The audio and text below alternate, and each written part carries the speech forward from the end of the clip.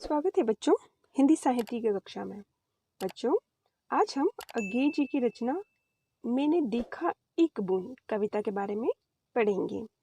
मैंने देखा एक बूंद सहसा उछली सागर की झाग से, रंग गई क्षण भर ढलते सूरज की आग से। मुझको दिख गया सुने विराट के सम्मुख, हर आलोक छुआ अपनापन, है उन्मोचन नश्वरता के दाग से। बच्चों, व्याख्या करने से पहले इसके शब्दार्थ देखते हैं। सहसा अचानक, सागर समुद्र, क्षण भर कुछ समय के लिए, सूरज सूर्य, आग प्रकाश, विराट ब्रह्म सम्मुख सामने आलोक प्रकाश, उन्मोचन मुक्त, नश्वरता अश्लीला या मिटना। अब हम इसकी व्याख्या देखते हैं। मैंने देखा एक बूंद सहसा उछली सागर की झाग से। अज्ञे ने समुद्र से अलग प्रतीत होती बूंद की क्षणभंगुरता की व्याख्या की है। कवि कहता है कि एक जो बूंद है वह सागर की लहरों के झाग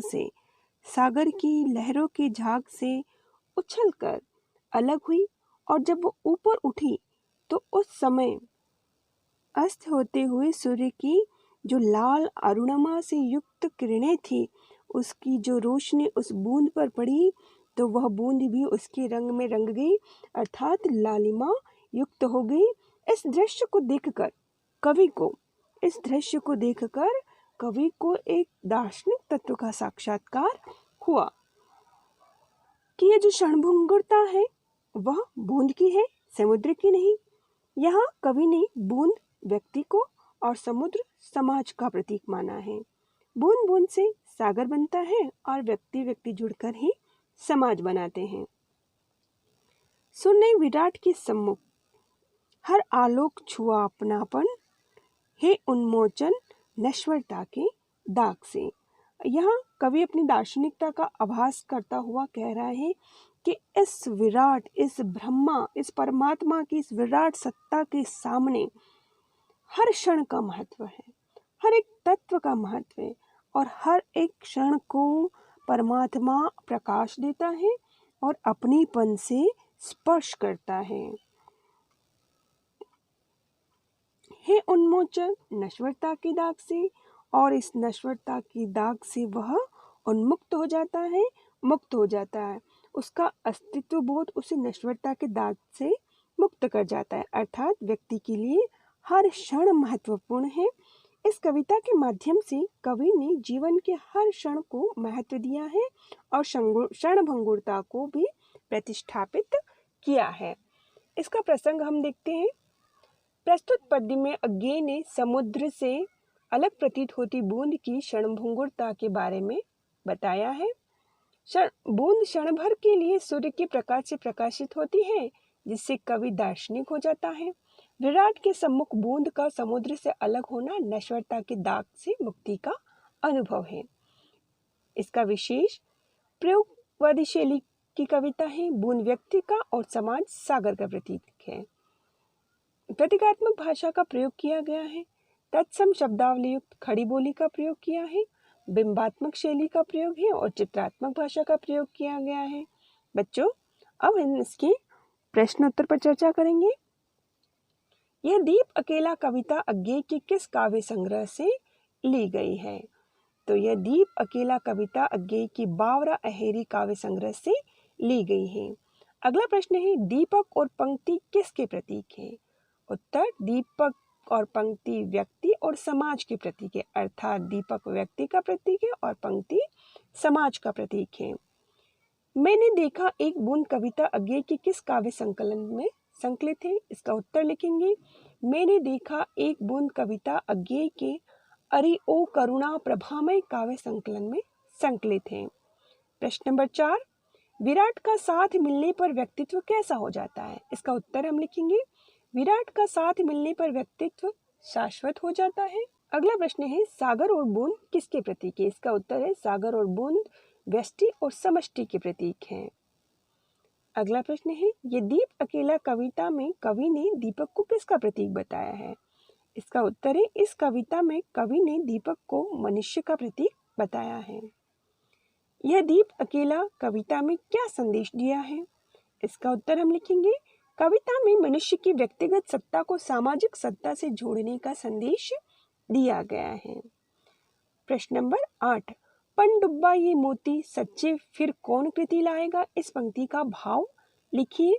इसका उत्तर है, कवि वह गोताखोर है जो हृदय रूपी समुद्र में डूबकर रचनाओं रूपी मोतियों को खोज कर लाता है।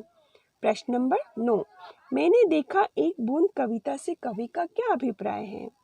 इसका उत्तर हम लिखेंगे, इस कविता में अज्ञेय ने समुद्र से अलग होती एक बूंद की क्षणभंगुरता के बारे में बतलाया है। प्रश्न नंबर 10 है, यह समिधा ऐसी आग हटीला बिरला सुलगाएगा, पंक्ति का आशय बताइए। इसका उत्तर हम लिखेंगे, कवि ने एक गुणवान व्यक्ति की तुलना हवन की लकड़ी से की है। जैसे हवन की लकड़ी जलकर लोगों को रोशनी पहुंचाती है, उसी प्रकार एक गुणवान व्यक्ति भी लोगों को लाभ पहुंचाता है। प्रश्न नंबर 11, पर इसको भी पंक्ति को दे दो, यहाँ पंक्ति शब्द का क्या आशय है? इसका उत्तर हम लिखेंगे, अगर एक दिया जलता है तो पूरे घर को उजाला देता है, उसी प्रकार एक गुणवान मनुष्य को समाज के साथ जोड़ दिया जाएगा तो वो पूरे समाज को गुणवान बना देगा। अगला प्रश्न है, अज्ञेय जी का पूरा नाम बताइए। तो इसका उत्तर हम लिखेंगे, अज्ञेय जी का पूरा नाम सच्चिदानंद हीरानंद वात्स्यायन अज्ञेय था। बच्चों, अज्ञेय जी अज्ञेय नाम से काव्य रचना करते थे। अगला प्रश्न है, अज्ञेय जी का जन्म कहाँ हुआ? तो इनका जन्म हुआ था कुशीनगर, उत्तर प्रदेश में। प्रश्न नंबर 14, अज्ञेय जी के प्रमुख उपन्यासों के नाम लिखिए। इसका उत्तर है, इनके 3 उपन्यास हैं बच्चों। सबसे पहले है शेखर एक जीवनी, नदी के द्वीप और अपने अपनी अजनबी। अगला प्रश्न है, अज्ञेय जी की प्रमुख यात्रा वृत्तांत और निबंधों के नाम लिखिए। तो इनके 2 यात्रा वृत्तांत हैं, अरे यायावर रहेगा याद और एक बूंद सहसा उछली, और इनके 2 ही निबंध हैं, त्रिशंकु और आत्मनेपद। अगला प्रश्न है, अज्ञेय जी के प्रमुख कहानी संग्रह के नाम लिखिए। तो इनके प्रमुख कहानी संग्रह हैं विपदगा, परंपरा, कोठरी की बात, शरणार्थी, जयदोल, ये तेरे प्रतिरूप। प्रश्न नंबर 17, अज्ञेय जी के प्रमुख काव्य कृतियों के नाम बताइए। इसका उत्तर हम लिखेंगे, भग्नदूत, चिंता, हरिघास पर क्षणभर, इंद्रधनुष रोंदे हुए, आंगन के पार द्वार, कितनी नावों में कितनी बार। बच्चों, इनका जो संग्रह है कितनी नावों में कितनी बार, इस पर इनको 1978 में ज्ञानपीठ पुरस्कार मिला। ज्ञानपीठ पुरस्कार से इनको सम्मानित किया गया। और इनकी जो काव्य कृतियां हैं, आंगन के पार द्वार, इस कृति पर उनको 1964 में साहित्य अकादमी सम्मान मिला। अगला प्रश्न है, अज्ञेय जी की संपूर्ण कविताओं का संकलन किस नाम से प्रकाशित हुआ? इसका उत्तर हम लिखेंगे, अज्ञेय जी की संपूर्ण कविताओं का संकलन सदा नीरा नाम से 2 भागों में प्रकाशित हुआ। अर्थात इनकी जो भी कविताएं थी वो सदा नीरा नाम से इन्होंने 2 भागों में प्रकाशित किया। अब बच्चों, पाठ्यपुस्तक के प्रश्न उत्तर। दीप अकेला के प्रतीकार्थ को स्पष्ट करते हुए बताइए कि कवि ने स्नेह भरा घर भरा मदमाता क्यों कहा गया है? इस कविता में दीप को अकेला बताया गया है। हर मनुष्य संसार में अकेला आता है। पंक्ति का अर्थ है समाज से लिया गया है। पंक्ति में दीप को लाकर रख देने का तात्पर्य है कि उसे समाज का एक भाग बना देना। कविता में दीप एक ऐसे व्यक्ति का प्रतीक है जो स्नेह, गर्व और अहंकार से युक्त है। दीप तेल के कारण जलता है, वैसे ही मनुष्य भी स्नेह के कारण जीवित रहता है। दीप संसार को प्रकाशित करता है, उसकी लौ जुकती नहीं और उसकी गर्व का सूचक है। मनुष्य भी अपने कार्यों के कारण गर्भ में विद्यमान रहता है, वह कहीं झुकता नहीं है। जलते हुए दीपक की लौ इधर उधर हिलती है, कभी इसे ही मदमाती कहा है। मनुष्य भी मस्ती में इधर उधर मदमाता रहता है। यही कारण है कि कवि ने उसे स्नेह भरा, घर भरा और मदमाता कहा है। अगला प्रश्न है, यह दीप अकेला है, इसको भी पंक्ति को दे दो। क्या आधार पर व्यष्टि का समष्टि में विलय क्यों और कैसे संभव है? इसका उत्तर हम लिखेंगे, प्रस्तुत कविता में दीप मनुष्य का प्रतीक है और विद्यमान पंक्ति शब्द समाज का प्रतीक है। दीप को पंक्ति में रखने का तात्पर्य है समाज के साथ जोड़ना। इसे ही व्यष्टि का समष्टि में विलय कहा गया है। ऐसा होना आवश्यक भी है। समाज में रहकर ही मनुष्य अपना तथा समाज का कल्याण करता है। इस तरह ही समाज और मनुष्य का कल्याण होता है। जिस तरह दीप पंक्ति में स्थान पाकर अधिक बल से संसार को प्रकाशित करता है, वैसे ही मनुष्य समाज में एकीकार होकर समाज का विकास करता है। दोनों का विलय होना आवश्यक है, उनकी शक्ति का विस्तार है। अकेला व्यक्ति और दीप कुछ नहीं कर सकते। जब वह पंक्ति अर्थात समाज में विलय होते हैं तो उनकी शक्ति का विस्तार होता है। अन्य के साथ मिलकर वो और अधिक शक्तिशाली हो जाएगा। प्रश्न नंबर 3, गीत और मोती की सार्थकता किससे जुड़ी है? इसका उत्तर हम लिखेंगे, गीत तभी सार्थक है जब वह गायन से जुड़ा हो, और मोती भी तभी सार्थक है जब गोताखोर उसे बाहर निकाले। गीत को जब तक गाया नहीं जाएगा तब तक उसकी सार्थकता निरर्थक है। पन्ने में लिखा गीत उसकी पहचान नहीं बना सकता। जब लोगों द्वारा गाया जाएगा तभी उसे पहचाना जाएगा, तभी वह सार्थक कहलाएगा। ऐसे ही मोती को यदि कोई गोताखोर समुद्र की गहराई से निकालकर बाहर नहीं लाएगा, उसे कोई नहीं पहचान पाएगा। समुद्र की गोद में कितने ही मोती विद्यमान हैं और वह बाहर नहीं लाए गए तब तक उन्हें कोई पहचानता नहीं है। वे समुद्र के तल में निरर्थक ही रहते हैं। अगला प्रश्न है, यह अद्वितीय, यह मेरा, यह मैं स्वयं विसर्जित। यह पंक्ति के आधार पर व्यष्टि के समष्टि में विसर्जन की उपयोगिता बताइए। इसका उत्तर हम लिखेंगे, जब व्यष्टि का समष्टि में विसर्जन होता है तब उसकी उपयोगिता बढ़ जाती है। प्रत्येक व्यक्ति सभी गुणों से युक्त है, लेकिन समाज में उसका विलय नहीं है तो वह अकेला होगा। अकेला वह अपने गुणों का लाभ स्वयं नहीं उठा पाएगा और न ही किसी अन्य का भला कर पाएगा। जब वह समाज के साथ जुड़ जाता है तो उसके गुणों का सही लाभ उठाया जा सकता है। अपने गुणों से वह समाज का कल्याण करता है। इस तरह वह अपने साथ साथ समाज का सही मार्गदर्शन करता है। समाज का विकास होता है और समाज में एकता स्थापित होती है। तभी कबीर ने कहा है कि दीप का पंक्ति में विलय होना अर्थात एक व्यक्ति का समाज में विलय होना है। समाज में विलय होने से वह स्वयं व्यक्तित्व को विशालता प्रदान करता है। वह अकेले बहुत कुछ कर सकने की हिम्मत रखता है। जब वह स्वयं को समाज में मिला देता है तो समाज को मजबूत बना देता है। इससे हमारे राष्ट्र को मजबूती मिलती है। प्रश्न नंबर 5, यह मधु है तख्ता निर्भय। पंक्तियों के आधार पर बताइए कि मधु, गोरस और अंकुर की क्या विशेषता है। इसका उत्तर लिखेंगे, कवि के अनुसार मधु अर्थात शहद की विशेषता होती है। इसे बनने में एक लंबा समय लगता है। समय इसे स्वयं धीरे धीरे टोकरे में एकत्र करता है, उसके बाद जाकर हमें यह मिलता है। और गोरस हमें जीवन के रूप में विद्यमान कामधेनु गाय से प्राप्त होता है। यह अमृत के समान दूध है, इसका पान देवों के पुत्र करते हैं। अंकुर, इसकी भी अपनी विशेषता है। यह पृथ्वी की कठोर धरती को भी अपने कोमल पत्तों से भेद कर बाहर निकाल लाता है। सूर्य को देखने से यह डरता नहीं और निर्डरता से उसका सामना करता है। प्रश्न नंबर 7, यह दीप अकेला एक प्रयोगवादी कविता है। इस कविता के आधार पर लघु मानव के अस्तित्व और महत्व पर प्रकाश डालिए। इसका उत्तर हम लिखेंगे, प्रस्तुत कविता में कवि ने दीपक की विशेषता बताई है। वह अकेला जलता है, इसके बाद भी वह स्नेह से युक्त है। उसमें गर्व विद्यमान है। उसका व्यक्तित्व इतना विशाल है कि अकेले में भी अपने को सार्थकता प्रदान करता है। उसमें विद्यमान गुण समाज के लिए बहुत आवश्यक है। आवश्यकता पड़ने पर वह अपना सर्वस्व समाज के लिए दे सकता है। वह नहीं चाहता है कि कोई आत्मत्याग के लिए उस पर दबाव डाले। अगला प्रश्न है, कविता के लाक्षणिक प्रयोगों का चयन कीजिए और उसमें निहित सौंदर्य को स्पष्ट कीजिए। इसका उत्तर हम लिखेंगे, कविता में कवि ने बहुत सारे लाक्षणिक प्रयोगों का चयन किया है। सबसे पहले इसने दीप अकेला में व्यक्ति के प्रतीक के रूप में दीपक का प्रयोग किया है। दूसरा, जीवन कामधेनु में उसने जीवन को कामधेनु गाय के समान दिखाया है। तीसरी पंक्ति में पंक्ति शब्द का प्रयोग समाज के लिए किया है।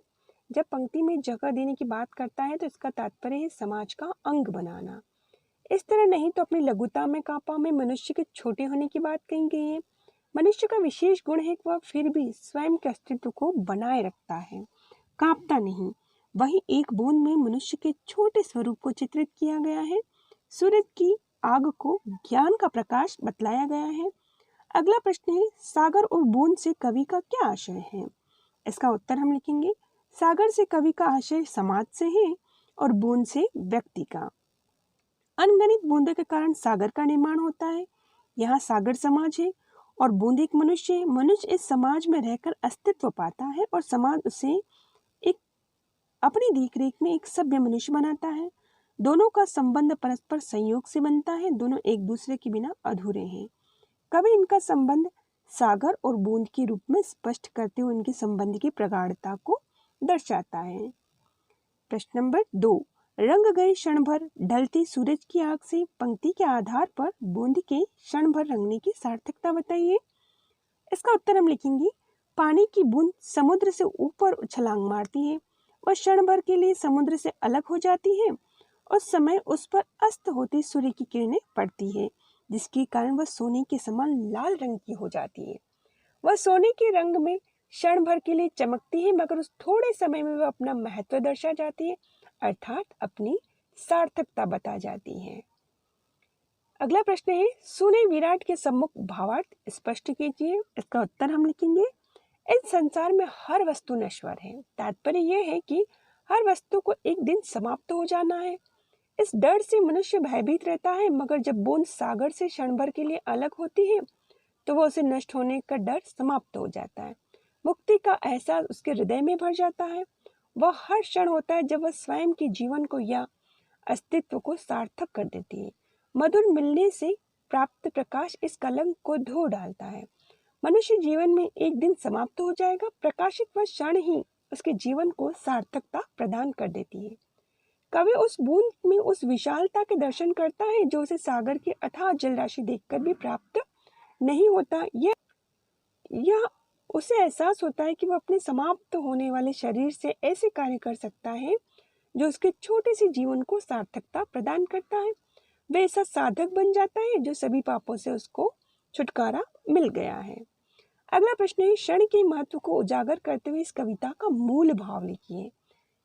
बच्चों, ये मूल भाव वाले प्रश्न कविताओं की परीक्षा में अवश्य रूप से पूछे जाते हैं, तो आप इस प्रश्न को बिल्कुल ध्यान से समझें। यह कविता मनुष्य के उस क्षण का महत्व बताती है। कवि चाहता है कि मनुष्य द्वारा स्वार्थ हित से स्वयं को हटाकर व्यष्टि का समष्टि में विलय कर देना चाहिए। इस संसार में विद्यमान प्रत्येक व्यक्ति दुखी है, अतः हमें चाहिए कि मिलकर लोगों के दुखों को दूर करने का प्रयास करें। इस तरह एक बूंद सागर से अलग होकर क्षण भर में सूर्य के प्रकाश से चमक उठती है। वह हमें सीख देता है कि इस विशाल संसार में मनुष्य अपने नश्वर शरीर के साथ भी स्वयं के छोटे से जीवन को सार्थक कर सकता है। यह क्षण ही तो है जो उसे स्वयं को सार्थक करने के लिए अवसर प्रदान करता है। इसी क्षण के कारण वह समुद्र रूपी संसार में बूंद के समान होते हुए भी सूर्य की चमक से स्वयं को चमका जाता है। उसकी क्षण भर की चमक लोगों को प्रेरित करती है और वह नश्वरता के कलंक से आजाद हो जाता है। क्षण उसके जीवन में विशेष महत्व रखता है। बच्चों, यह थी अज्ञेय जी की कविता मैंने देखा एक बूंद और ये दीप अकेला के प्रश्नोत्तर। अगली कक्षा में हम शीघ्र ही मिलेंगे। तब तक के लिए आप इन प्रश्नोत्तर को लिखें और इनको समझने का प्रयास करें।